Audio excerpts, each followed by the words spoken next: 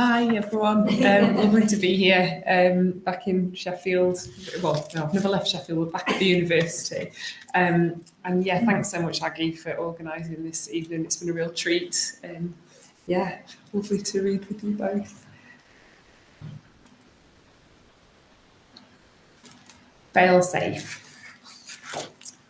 Give me a cigarette at the end of the line in the land of green ginger. Lean towards me so September's a tipped flame, your body's a struck match. Let all this catch and take, sip lager from the day's unsteady glass, while colours fail above the Humber dock, then my words fail too, and I talk of finding them the way someone might say finding cancer. Look out with me until the sky becomes the heat haze round a fire, and the packet image of a woman in intensive care is a pale girl painted by Vermeer, her turban and the bright risk of her stare, half intimate, the evening held in her full earring, how it might be pearl, how it might be polished tin.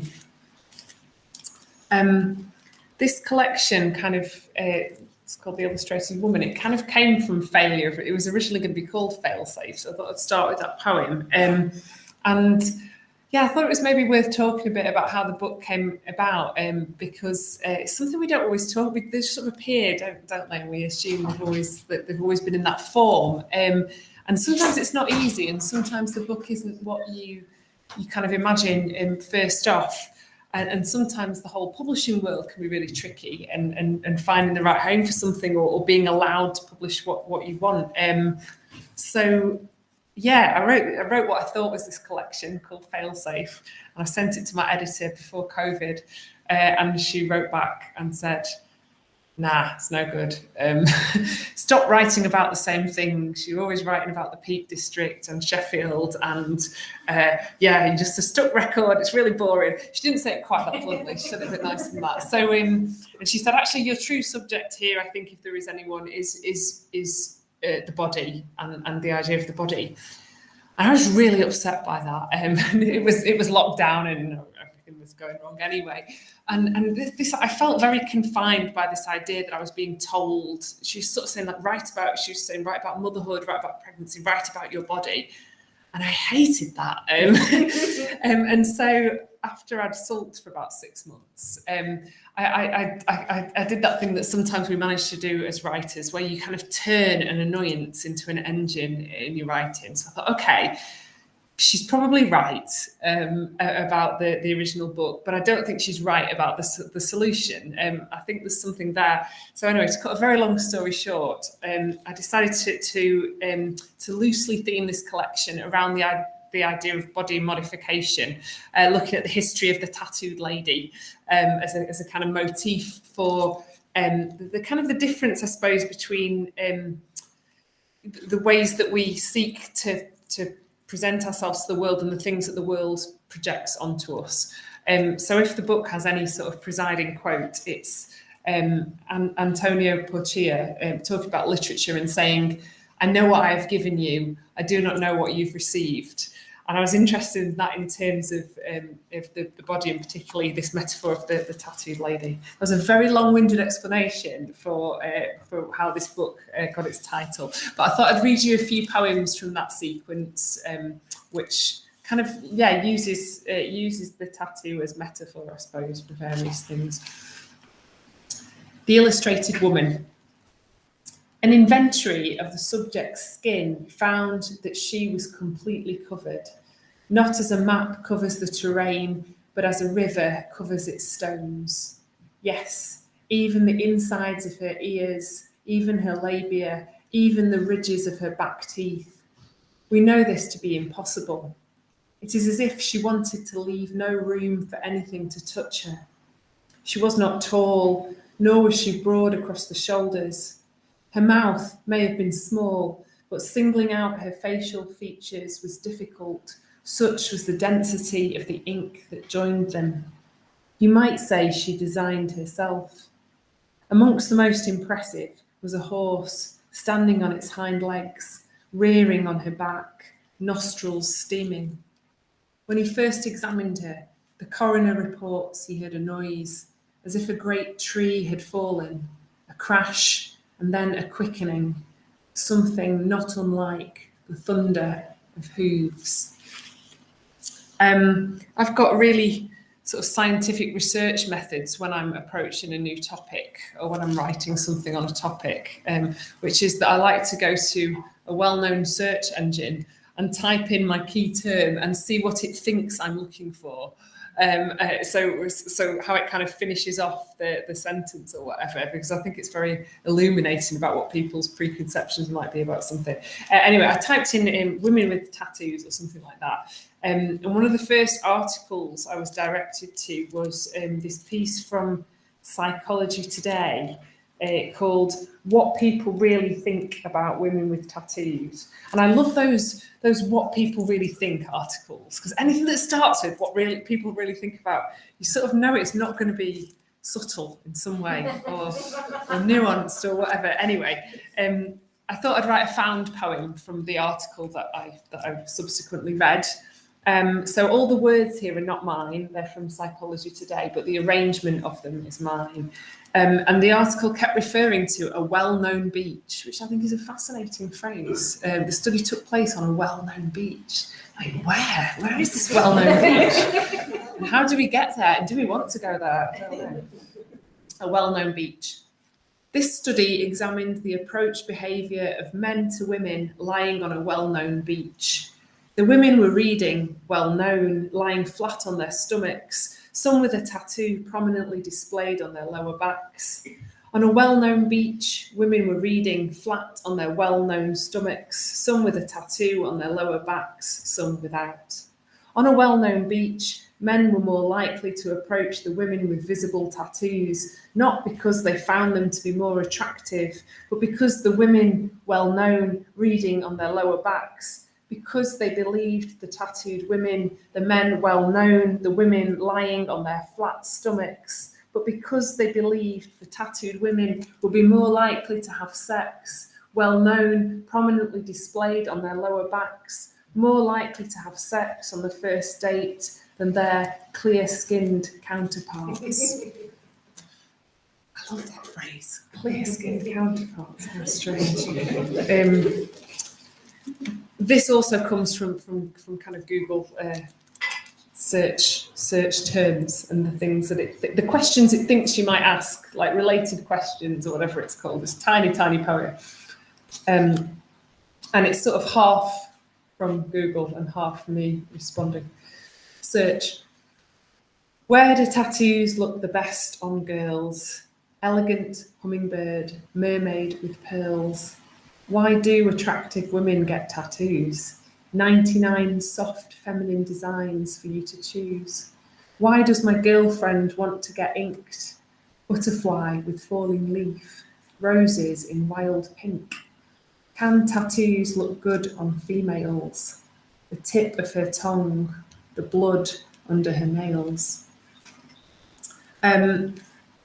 I'm not going to read it because it's really long, but there's a whole section. I got really interested in the kind of the history of the tattooed lady as a circus performer, particularly in the USA, and the kind of because it was one of the only professions at the time where a working class woman could out-earn her male counterpart, mostly because it was considered to be more shocking. And there were all these ridiculous stories that were part of the drama and the performance that they'd make up surrounding the scandalousness of the women's bodies. Every time they went out, it'd be like, this is the first time she has allowed anybody to see her in public, and like she'd done that every night for and some more disturbing stories. There were a lot of there was a lot of mythology around performers supposedly having been kidnapped by First Nations American peoples and forcibly tattooed, whereas in fact it was usually their partner or friend that had done it sometimes as a kind of money-making scheme. So there's all this kind of the kind of legend of performance that wove through. I'm not going to read that, so I don't know why I told you about it. But there are I'll read you a couple of other tattoos. That's what you could have won. Instead, I'll read you a couple of more sort of first-person ones, and then I'll do some other stuff to finish.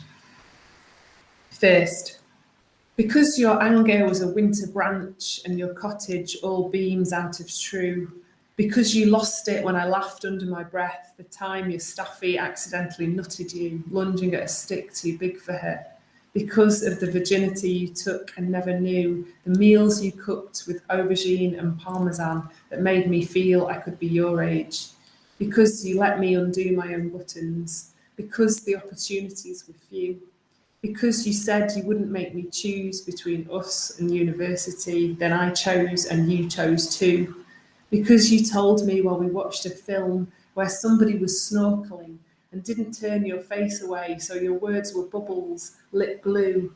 Because of your double bed, your body, the music I still travel through.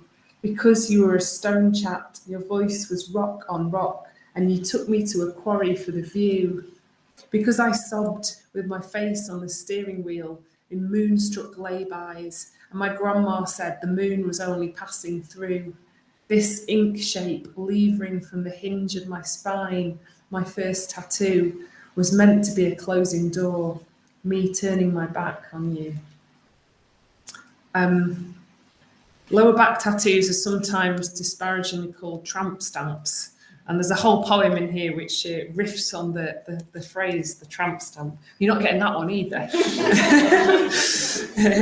I thought I'd do some newer stuff that I haven't really read before, and I'm going to segue into that by reading a poem that's set sort of near Hathersage, because I was reading Angelina's beautiful book, which I've not seen before today. It's gorgeous, and I was reading the beautiful piece about the Hathersage Road, and it sort of made me think of this. So this is a barn owl poem.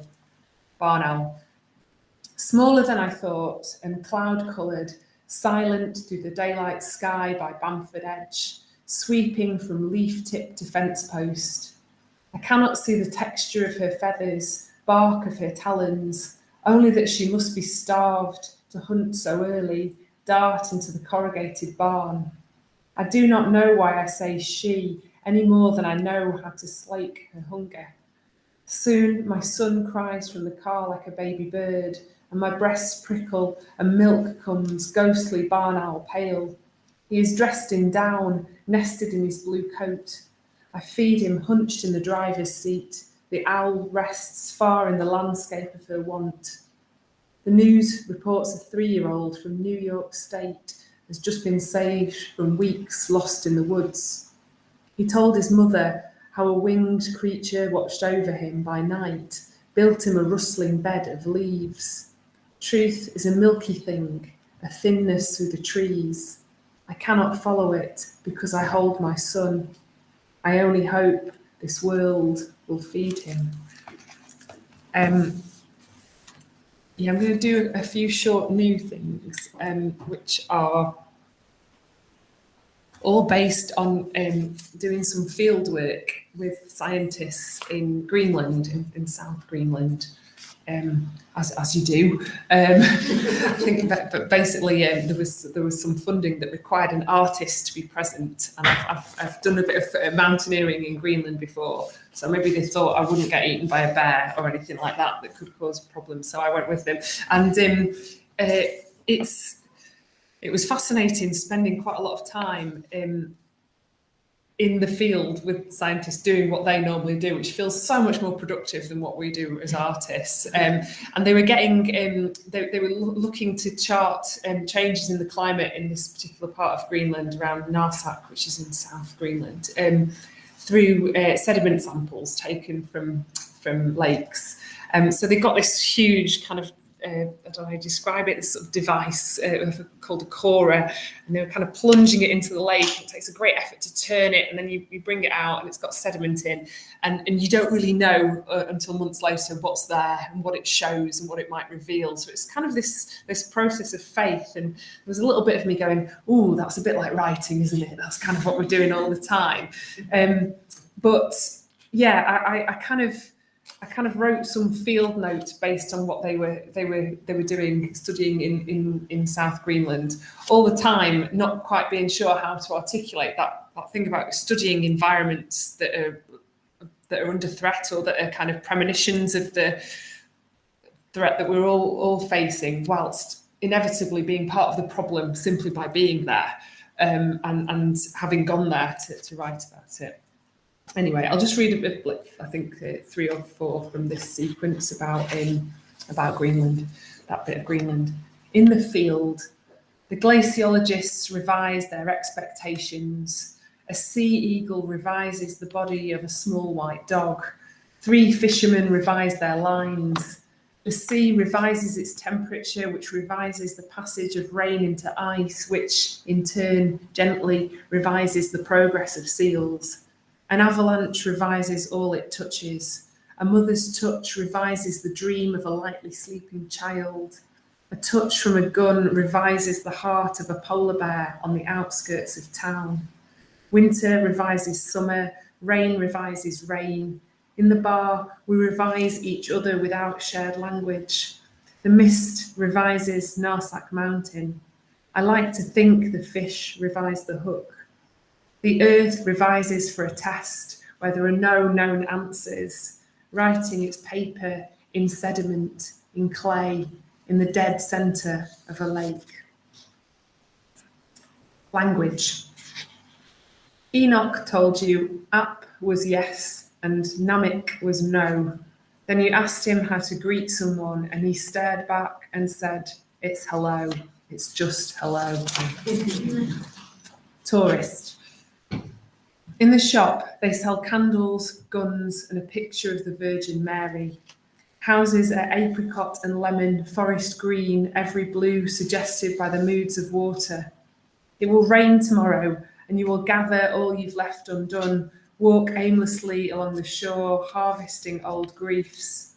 In the turf house, there was a picture of Marilyn Monroe on the far wall, the ice twinkle of her left eye. By the water, a clump of polystyrene from the tip at the edge of town, cheerfully mimicking a berg, all pale spikes and white crowns. Your heart breaks for it, so obnoxious, trying so hard to integrate itself. Things you cannot predict. The first day of summer, the windows breaking, the town open on its hinge. Which parts of the mountain will heal you and which will let you fall? How a person here can be filleted by awe. If the scarf of mist above the mine will appear in your photographs. If the turf house is occupied by anything but weather. The prevalence of yarrow, the survival of the Arctic poppy, the survival of the Arctic hare, the exact slant of the common harebell, little receiver for the sky. Where the lake will be deepest. Where it will suck you in and where it will uproot you, what the mud will yield, what its bright bands mean for us, where the mink will go now they've escaped the mink farm, if the boat will sail, if the helicopter will fly and if you will be on it, if, when you lie on a bed of lichen and bone, your body will split into forked lightning, like the antlers of a stag, 1,000 branches of light, all of you dividing, as if you could cover the sky. And I'll finish with this one, which was about being told a story about a walrus. Walrus.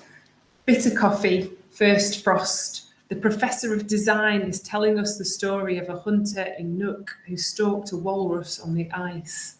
He talks with his hands.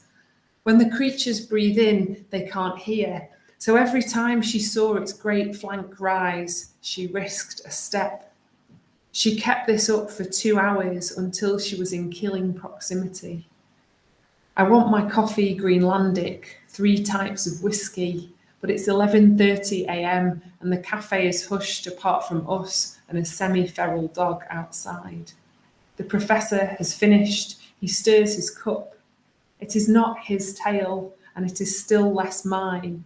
But I like to think we can approach the truth like that, on tiptoe, listening to its breath, accepting it might take our lives whole, that we might freeze before we murder it. Thank you.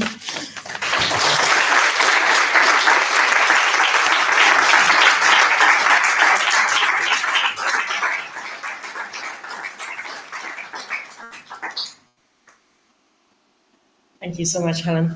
And just to finish with a couple of announcements, really, before we say a final thank you to the three authors today, and before you come and take a look at the Longbarrow book, the Blue Air, and before you actually have potentially have a chat with the three writers.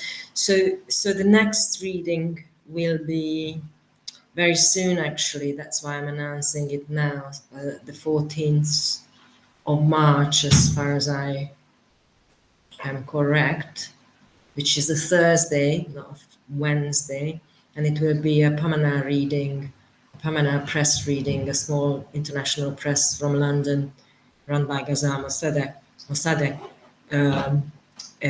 and with her three authors, Fran Locke, J.R. Carpenter, and with Safa Fatih, who will be traveling from France. So that will be a very precious reading, which hopefully you can make. Usually starts 6:30, and then I'll announce the final post-Easter break events. We've got another 2 or 3 to come back to. So I don't know where to start. I feel hugely moved by the 3 beautiful readings. So let's just say a big thank you again to Angelina D'Roza, Gareth Gavin, and Helen Mort. Thank you.